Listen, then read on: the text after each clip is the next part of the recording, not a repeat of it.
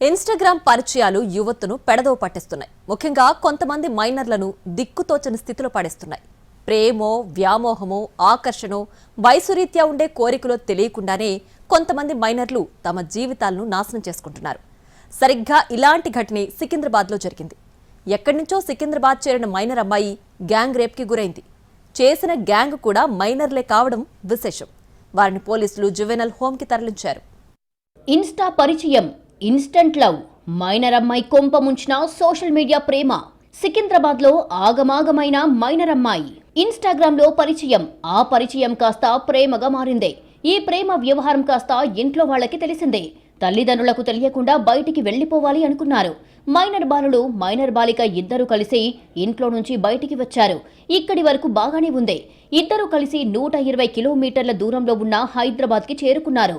Secunderabad station వద్ద ఇద్దరు అర్ధరాత్రి తిరుగుతున్నారు. ఈ సమయంలో కొందరు యువకులు వాళ్ల దగ్గరికి వెళ్లారు.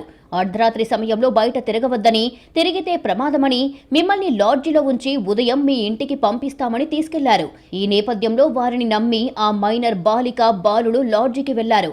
ఆ తర్వాత అక్కడ మైనర్ బాలికపై కన్నేసిన 4 మైనర్ బాలురు ఆమెపై అత్యాచారం చేశారు. సంగారెడ్డిలో డిసెంబర్ 4న ఇంటి నుంచి బాలిక కనిపించకుండా పోయింది అంటూ ఆమె పేరెంట్స్ తీవ్ర ఆందోళన చెంది పోలీసులకు ఫిర్యాదు చేశారు. వెంటనే పోలీసులు ప్రత్యేక గాలింపు బృందాలను ఏర్పాటు చేసి విచారణ ప్రారంభించారు. ఈ క్రమంలో అమ్మాయి సెల్ ఫోన్ లొకేషన్ ఆధారంగా కేసును ట్రేస్ చేశారు. సికింద్రాబాద్లోని ఓ లాడ్జిలో ఉన్న మైనర్ అమ్మాయిని గుర్తించారు. ఆమెతో పాటు ఉన్న 4 నిందితులను అదుపులోకి తీసుకున్నారు. మరోవైపు అరెస్టైన 4 మైనర్ బాలురు కూడా స్థానికేతరులుగానే గుర్తించారు పోలీసులు.